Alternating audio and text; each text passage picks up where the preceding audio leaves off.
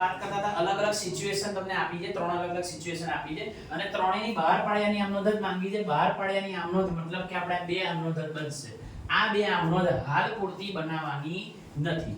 જો તમને એમ કે બહાર પાડ્યા મથાળામાં જ કહી દેશે, બહાર પાડ્યાની આમનોંધ બનાવો અને પરત કર્યાની આમનોંધ પણ બનાવો એવું કે તો ચારે બનાવવાની. અને તમને એમ કે માત્ર બહાર પાડ્યાની આમનોંધ બનાવો તો તમારે પછી આ બે જ આમનોંધ બનાવવાની, આ બે નહીં બનાવવાની. અને આ બેઝિક આમનોંધો છે, એની અંદર જવાબ માટે વટાવ કે પ્રીમિયમ હશે તો માઇનોર ચેન્જીસ થશે, પણ રાઉન્ડ અબાઉટ આની આજુબાજુ જ આમનોંધ રહેશે. બેઝિક નિયમ બદલાશે નહીં. ચલો તો સૌથી પહેલા તો એ ત્રણ કેસીસ કયા છે એનો મારે ડિટેલમાં ચર્ચા કરવી છે. એ ત્રણેય કેસ લખું છું, બોર્ડ પર સમજાવું છું, જોયા કરો કઈ થશે. તો સૌથી પહેલા તો એવું કીધું છે કે 100 ની મૂળ કિંમતના 9.5% ના 8500 ડિબેન્ચર મૂળ કિંમતે બહાર પાડ્યા. તો એમાં સૌથી પહેલા તો અગત્યની જે વાત હશે ને એને ફોકસ કરીને એને આપણે લખીને બતાવું છું કે મૂળ કિંમતથી બહાર પાડ્યા. બહાર કઈ રીતે પાડ્યા છે તો કે મૂળ કિંમતથી બહાર પાડ્યા. અને પછી એવું કીધું છે કે જ્યારે પરત કરવાનો સમય આવ્યો 4 5 10 વર્ષ જેટલા બી વર્ષ પછી જ્યારે પરત કરવાનો સમય આવ્યો તો એમને એવું કીધું છે કે મૂળ કિંમતથી જ પરત કર્યા. બરાબર એવું કીધું છે કે મૂળ કિંમતે જ બહાર પાડ્યા, મૂળ કિંમતે જ પરત કર્યા. આ પહેલો કેસ છે. પછી પાછળ જો બીજો કેસની વાત કરીએ તો બીજા કેસને સમજીએ, પાનું પલટો ખબર પડશે. બીજા કેસમાં એવું કીધું છે કે 100 ની મૂળ કિંમતના 9.5% ના ડિબેન્ચર 9500 ડિબેન્ચર 10% ના વટાવે બહાર પાડ્યા. તો આ તમારો કેસ 1 હતો. હવે કેસ 2 ની અહીંયા ચર્ચા કરીએ છીએ. તો અહીંયા લખું છું વટાવથી બહાર પાડ્યા. બહાર પાડતી વખતે કેવી રીતે બહાર પાડ્યા તો કે 10% ના વટાવથી બહાર પાડ્યા. એટલે કે ભાવ ઘટાડીને બહાર પાડ્યા. અને પરત કર્યા છે તો એ કઈ રીતે કર્યા છે તે કીધું હશે. જો કોમા કરીને આગળ લખ્યું છે કે જ્યારે પરત કરવાનો સમય આવ્યો ત્યારે મૂળ કિંમતથી પરત કર્યા. એટલે અહીંયા લખું છું કે મૂળ કિંમતથી પરત કર્યા. અને ત્રીજા કેસની વાત કરીએ છે, એમાં લખ્યો છે આગળ ત્રીજો કેસ એવું લખ્યો છે કે 200 ની મૂળ કિંમતના 10% ના 8000 ડિબેન્ચર 10% ના પ્રીમિયમથી બહાર પાડ્યા. તો ત્રીજો તમને કેસ એવો આપ્યો છે કે પ્રીમિયમ થી બહાર પાડ્યા. અને એની કેટલા ટકાનું પ્રીમિયમ કીધું તમને તો કે 10% ના પ્રીમિયમ થી બહાર પાડ્યા. મતલબ કે આમાં ભાવ વધારીને બહાર પાડે છે. બરાબર છે. અને જ્યારે પરત કરવાનો વારો આવે છે ત્યારે કેવી રીતે પરત કરે છે તો જે આમાં કોમા કરીને લખેલું છે કે જે મૂળ કિંમતે પરત કર્યા. કેવી રીતે પરત કર્યા છે તો કે મૂળ કિંમતથી પરત કર્યા. તો તમને આ ત્રણ કેસ તમને અલગ અલગ આપેલા છે. બરાબર છે. અત્યારે આપણે જે ચર્ચા કરવાની છે એ પહેલા કેસ માટે ચર્ચા કરવાની છે. ભલે મેં લખી રાખ્યા છે, બરાબર છે, પણ અત્યારે જે મારે ચર્ચા કરવાની છે આ પહેલા કેસ માટે જ ચર્ચા કરવાની છે. તો બોર્ડ પર જોજો મૂળ કિંમતથી બહાર પાડ્યા. હવે તમે જુઓ કે એની મૂળ કિંમત કેટલા રૂપિયા છે તો તમને એવું કીધું છે કે એની મૂળ કિંમત 100 રૂપિયા છે. બરાબર છે. તો અહીંયા 100 રૂપિયા એની મૂળ કિંમત છે. અને નંબર ઓફ ડિબેન્ચર કેટલા છે એ જોવાનું. તો તમે જો કે 8500 ડિબેન્ચર છે. તો તમે 8500 ગુણ્યા 100 કરી આપો તો રૂપિયા કેટલા થાય તો 85 અને એની પાછળ 40 8,50,000 રૂપિયા. તમે રૂપિયામાં કન્વર્ટ કરી કેટલા રૂપિયાથી બહાર પાડ્યા છે 8,50,000 રૂપિયા લઈને ડિબેન્ચર જે તે હોલ્ડરોને આપ્યા છે. અને પરત કર્યાની જે વાત જે છે તો પરત કેવી રીતે કર્યા છે તો મૂળ કિંમતથી જ પરત કર્યા છે. અને 8500 100 રૂપિયાની મૂળ કિંમતથી પરત કર્યા છે. તો તમે ગુણાકાર કરો તો સેમ પ્રાઇસ થી પરત કરી દીધા છે. પૂરેપૂરા રૂપિયા એક્ઝેક્ટલી એવી જ રીતે પાછા આપી દીધા છે. હાલાકી મારે પરત કર્યાની આમનોંધ હાલ બનાવવાની જ નથી, માત્ર આની બહાર પાડ્યાની આમનોંધ જ બનાવવાની છે.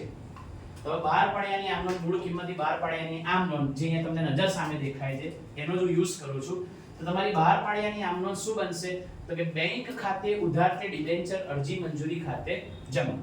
બરાબર છે. તો એની અંદર અહીંયા તમારા રૂપિયા આવી જશે કેટલા તો કે 8,50,000. 8,50,000 આ રૂપિયા ક્યાંથી આવ્યા મેં તમને ત્યાં સમજાવ્યું કે બહાર પાડ્યા મૂળ કિંમતથી. તો અહીંયા આગળ આમનોંધ બનશે બહાર પાડ્યાની પહેલી આમનોંધ બનશે બેંક ખાતે ઉધારથી ડિબેન્ચર અરજી મંજૂરી ખાતે જમા. બરાબર. અને એ જ જે છે એ તમે મૂળ કિંમતથી જ પરત કરી રહ્યા છો. તો બહાર પાડ્યાની આ જે અરજી મંજૂરી જે છે એ અરજી મંજૂરી એને તમે ડિબેન્ચરમાં લઈ જશો. તો તમે ડિબેન્ચર અરજી મંજૂરી ખાતે ઉધાર તે ડિબેન્ચર ખાતે જમા કેટલા રૂપિયા તો કે સેમ પ્રાઇસ 8,50,000 8,50,000. જે મથાળા લખ્યા છે એ મથાળા હવે બાબત તરીકે બતાવું છું. બરાબર છે, તમારો કેસ 1 અહીંયા પૂરો થઈ ગયો, બરાબર છે. હવે કેસ આની અંદર તો કોઈ ચેન્જ જ નથી, મૂળ કિંમતથી બહાર પાડ્યા છે, મૂળ કિંમતથી પરત કર્યા છે, એટલે તમારી બેઝિક આમનોંધમાં જે ફિટ થઈ ગયું એમાં કોઈ મારે એડિટ કરવું પડ્યું નહીં. પણ કેસ 2 અને કેસ 3 જ્યારે હું ભણાવીશ ત્યારે કંઈક ચેન્જ આવશે. તો પહેલા કેસ 1 લખી લો, બરાબર, પછી કેસ 2 અને 3 પર જઈએ. હવે અહીંયા વિકલ્પ 2 માં ધ્યાન આપો. વિકલ્પ 2 માં એવું કીધું છે કે 10% ના વટાવથી બહાર પાડ્યા છે અને પરત કરતી વખતે મૂળ કિંમતથી પરત કર્યા છે, એનું કાઉન્ટિંગ બતાવું છું, જરા ધ્યાનથી જોજો. કે સૌથી પહેલા તો તમને જે 10% વટાવ કાઢવાનો કીધો છે ને એ મૂળ કિંમતમાંથી બાદ કરવાનો. એટલે કે મૂળ કિંમત કેટલી હતી 100 અને એ મૂળ કિંમતમાંથી તમારે વટાવ જે કેટલો છે 10% એ બાદ કરવાનો. તો 10 ના 10% કરો એટલે કેટલા થશે? તો કે 10 થશે અને એને બાદ કરો તો શું આવશે? 90 રૂપિયા. એટલે કે 90 રૂપિયાથી તમે બહાર પાડી રહ્યા છો.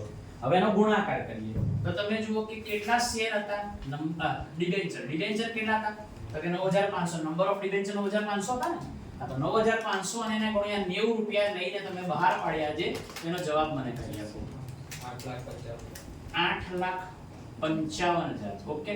અને પરત કર્યાની વાત કરીએ છે તો જે પરત કર્યા છે ત્યારે મૂળ કિંમતથી જ પરત કર્યા છે. મૂળ કિંમત કેટલી હતી? 100 ની મૂળ કિંમત. અને 100 ની મૂળ કિંમતથી જ પરત કર્યા છે, એટલે કે નંબર ઓફ ડિબેન્ચર કેટલા છે? 9500 ગુણ્યા કરો 100 તો પરત કેટલા કર્યા છે તમે? 9,50,000 રૂપિયા તમે પરત કરી રહ્યા છો. બરાબર છે. તો આવી સિચ્યુએશન છે. હાલાકી પરત તમે કેટલા કર્યા છે એનાથી આપણે હાલ નિસ્બત નથી. આપણે નિસ્બત શેનાથી છે? બહાર પાડ્યા, કેવી રીતે બહાર પાડ્યા એનાથી નિસ્બત છે. હવે જરા બોર્ડ પર જુઓ વિકલ્પ નંબર 2 એટલે આ વિકલ્પ 2 કાં તો બ્લુ પેન થી લખ્યો છે, વિકલ્પ 2 ગ્રીન પેન થી લખો છો તાકી ભેદ કરી શકો. સૌથી પહેલી તો તમારી આમનોંધ જે બનશે કે કેટલા રૂપિયા વટાવથી બહાર પાડવાના કારણે મળ્યા. તો બેંક ખાતે ઉધાર તે ડિબેન્ચર અરજી મંજૂરી ખાતે જમા. બરાબર છે. તો કેટલા રૂપિયા મળ્યા? તો તમે અહીંયા જુઓ કે વટાવ બાદ કર્યા પછી આટલા રૂપિયા રિસીવ થયા છે. કેટલા રિસીવ થયા છે? 8,55,000 એટલા રૂપિયા તમને મળ્યા છે. તો એ તમને થશે કે બાબત જે થશે ડિબેન્ચર વટાવથી બહાર પાડ્યા તેના.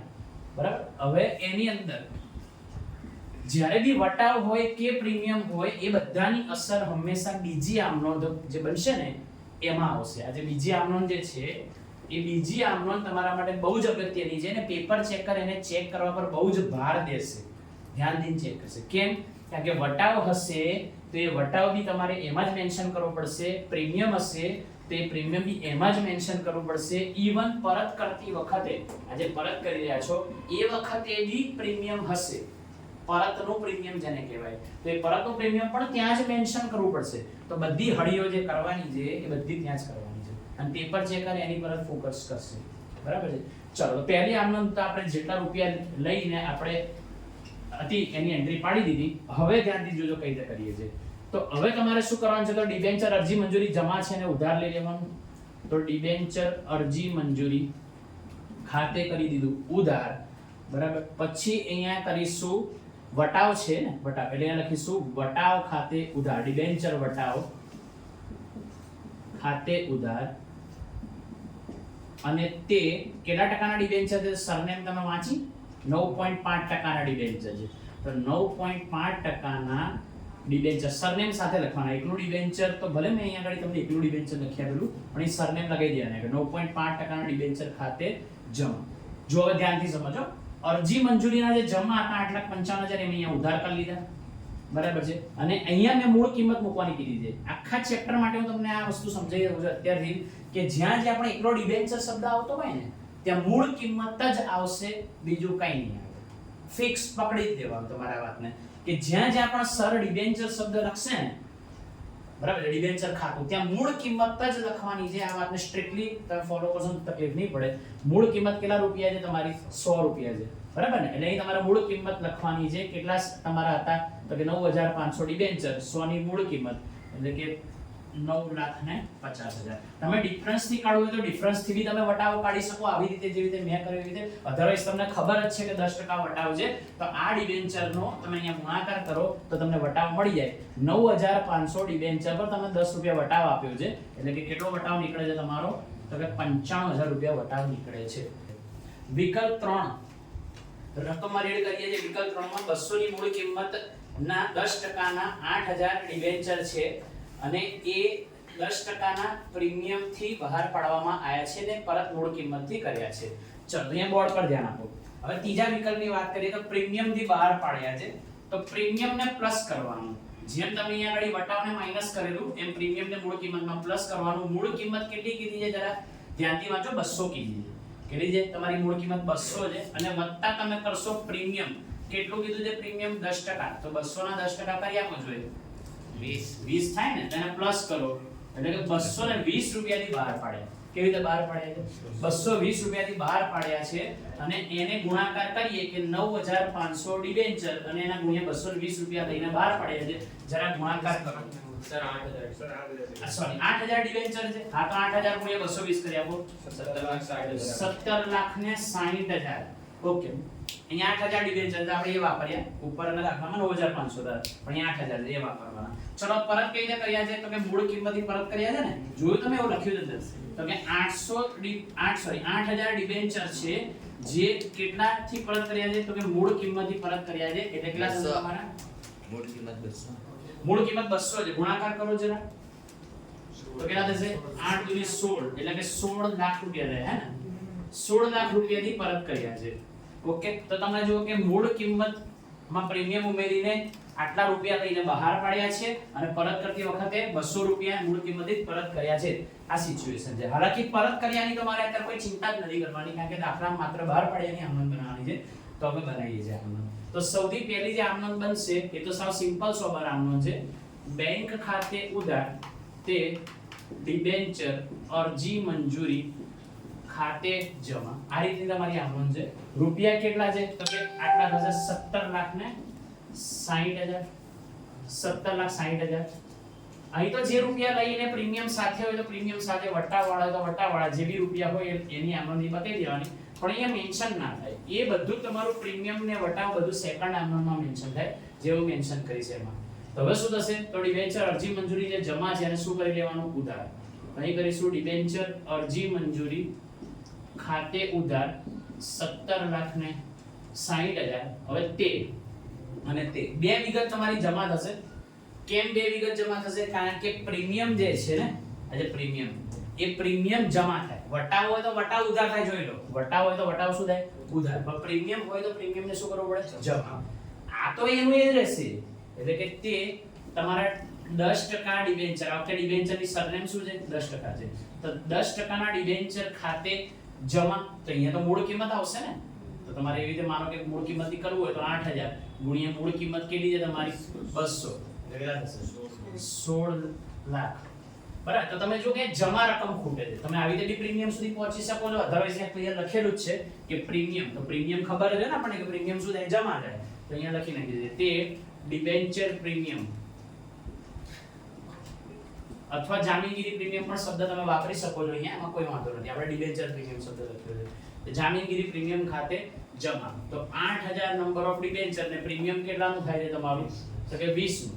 એટલે કેટલા થશે? 1,60,000. તો આ તમારી બે આમનોંધ અહીંયા